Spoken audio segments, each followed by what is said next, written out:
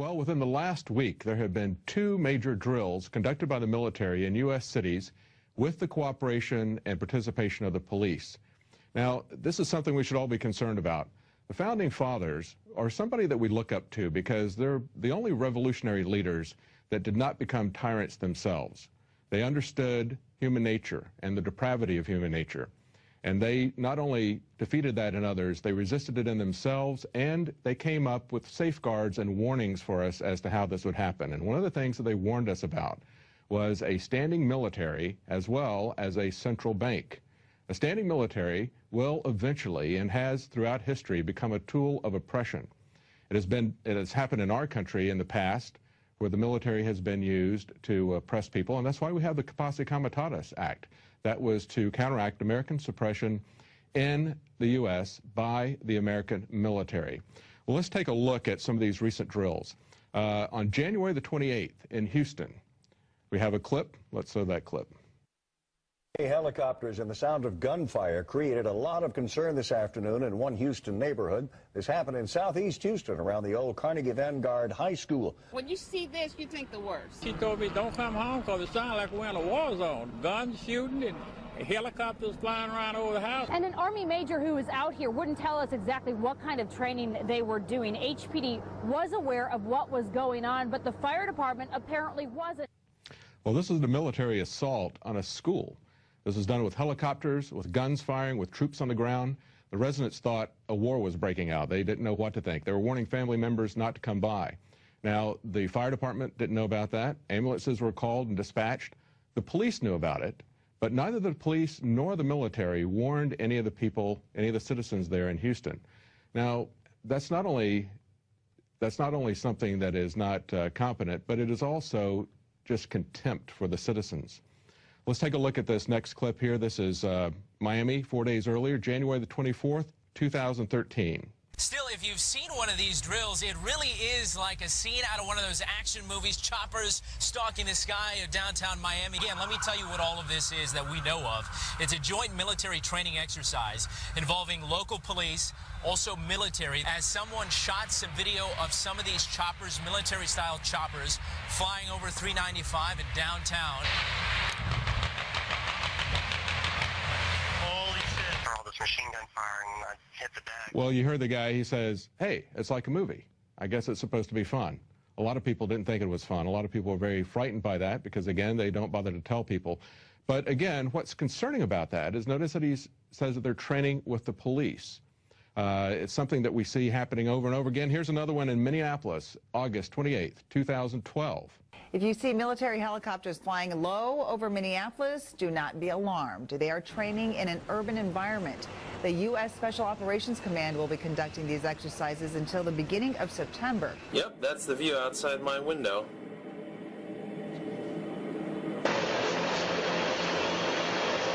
That's right. Did you hear her say, don't be alarmed. Everything is perfectly fine. It's just the American military preparing to attack U.S. cities. Of course, nothing the government ever does is bizarre or to be questioned, just like we are never to question the TSA. And if we do, we're the ones who are bizarre. Here's another one. St. Louis, July 3rd, 2012. People who live and work in this neighborhood say they think the training here is a good idea. I think it's the same way when you go out to other countries, when you go out of town, they don't have police officers, they have troops. And I think it kind of scares a lot of people.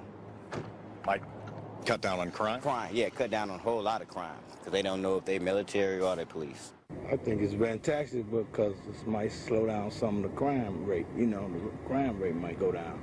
You know, that's what I think of. Well, now here, notice that the media takes a little bit different tact. It's not, don't worry, or it's fun, it's like a movie. Here they have two people that say, well, we think it'd be great because it'd be a great way to scare people and get crime down.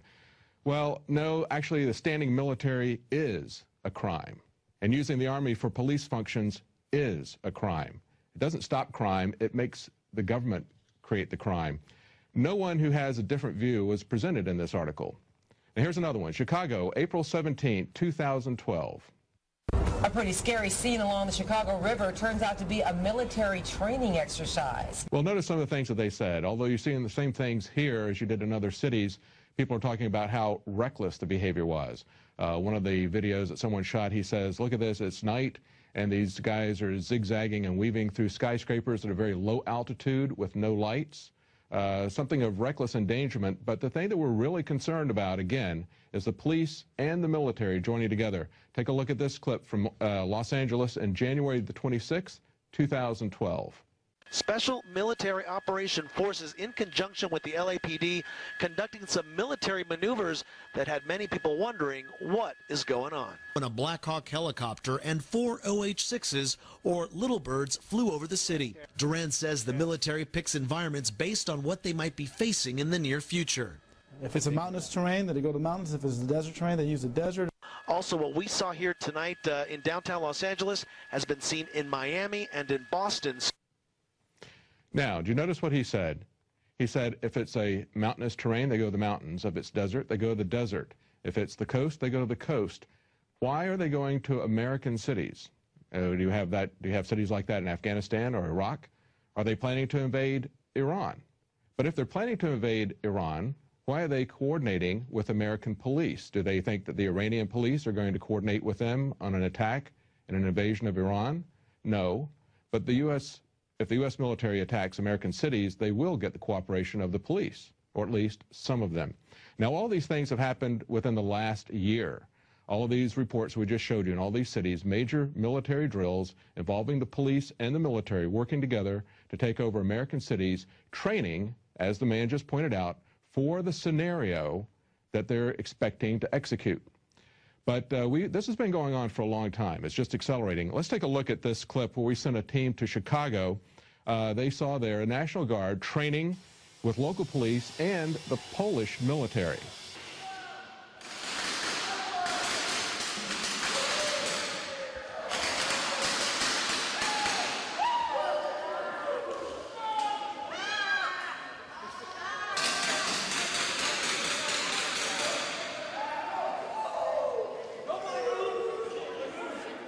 Now, in just a few seconds, you're going to see some Boy Scouts in rubber jumpsuits. That's right, they're pulling the Boy Scouts in on this. Get on the ground on your knees! Everybody on the ground, on the ground! Put your hands on your face! On the ground, on the ground! The Boy Scouts are being trained to be victims. Do not move! Cover your face with your hands! Cover your face with your hands! And in just a few minutes, the Polish military is going to come in full combat gear. That's right. Foreign troops will come in. Probably, 60 Boy Scouts down there with their scoutmasters and whoever else wanted to come along. Notice they have them lying face down in the anthrax powder. It's a very real-life situation. Notice that they're Everyone laying lie face down down in the anthrax powder. We're going to move you. Hostages, you are expendable. Please put your face directly in the powder. All right. Yeah, all of a sudden the Polish BOA is participating in this exercise, which they didn't mention at all before that. It was just they're here to observe, Hey, it's BOA. Bureau of Operational Anti-Terrorism is what I think it stands for. So I don't know, this was a hard one to swallow. Well, we showed you Boy Scouts being trained to be victims. They're also training them to be aggressors. In a New York Times article in 2009, it says, Scouts to train to fight terrorists and more. Oh, what would that more be? And in this article, it says their person who is helping them is A.J. Lowenthal, a sheriff's deputy. He says this is about being a true-blooded American guy and girl. Now, they also had them not only be aggressive with SWAT team raids, they also conducted a marijuana raid. And at one point, the guy says, put him on his face and put a knee in his back. I guarantee he'll shut up. Well, that's the kind of training they're giving the Boy Scouts, not helping little ladies cross the street anymore. Just put them on their face and put a knee in their back to make them shut up. Well, we got another clip here from Police State 2000. Now, in this one, Alex interviews a police chief from San Antonio. He had to kick out Delta Force for trying to bribe city officials in order to conduct training exercises there. As far as we know, this is the first time that local law enforcement, local police leadership has actively stood up against Bill Clinton's new military. What were your major reservations in asking the mayor to tell them that y'all didn't want them to train here and to cease training here? Well, a lot of things happened. First of all, the organization came into the city and never really approached the city as a whole. We're gotten together with the mayor and said we need to speak to all these different departments and request some assistance. Various groups and individuals came into the city and approached different people at different levels.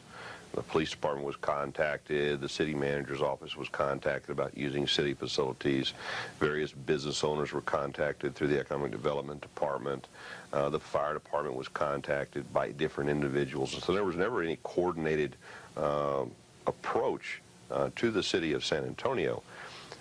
When we found out of it, we had some reservations, but we were willing at least to listen. But then we started finding out that discussions were happening at other different levels, and there was no communication, no coordination between that. Well, then, when we said no, then some elected officials were contacted to bring pressure to bear. And then offers were made to give money, cash money, to elected officials' charities if they could get us to change our minds. I mean, you know, as one of my deputy chiefs said, in some circles that's called bribery. Well, we have a long history of the military and the police working together in this country, training for martial law. And Alex has pointed that out for a long time in his documentaries and on the air. What's alarming about this, however, is the increasing rate at which this is happening. As I said, we just had in the last week, we had 2 major cities where there were 2 major exercises. The one that happened just a couple of days ago in Houston, they are firing guns and attacking schools. Citizens are never notified. What is happening is we're seeing the militarization of the police, and we're seeing the military used as police. That's a very frightening perspective. We've seen that before in our country's history. We've seen it in other countries. And in spite of what the people in St. Louis said that they put on the media, that is not something that reduces crime. What it does is it makes criminals out of both the military and the police. So we hope that there'll be more people like that San Antonio police chief who have the integrity and the wisdom to stand against this. Well, that's it for tonight's news. We'll be back tomorrow night at 7 o'clock Central, 8 p.m. Eastern Time.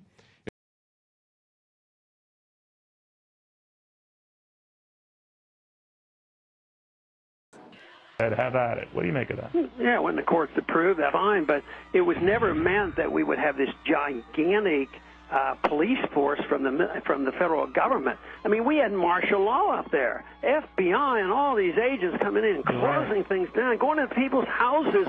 No, technology is fine, but it has to be guarded. And if there's a question, you guard liberty before you say, well, if we catch a bad guy, that is good. You don't give up liberty for 9 people because you might find 1 person. So I'd be very, very cautious about that. And I would get, the federal government is not supposed to be our police force. Yet we have over 100,000 federal officials who carry guns to enforce these laws, and they own Boston. It's criminal that that people tolerated this so much, that we tolerated this martial law and total acceptance that they can come into our houses and we can't even go out of the house. You know, what if we wanted to go to the store and get a little bread? Oh, no, you can't do that. And yet, you know, yes, it was serious. It was a crisis. There were 3 people killed. But, you know, we have 48 murders every single day. There's a lot of murderers out there. Do we close down cities because there's 10 murders over the weekend in Chicago?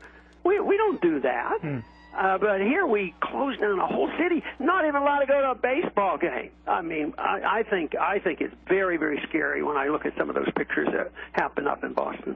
Ron Paul, you make people think. Thank you very much. Good seeing you. Hearing you.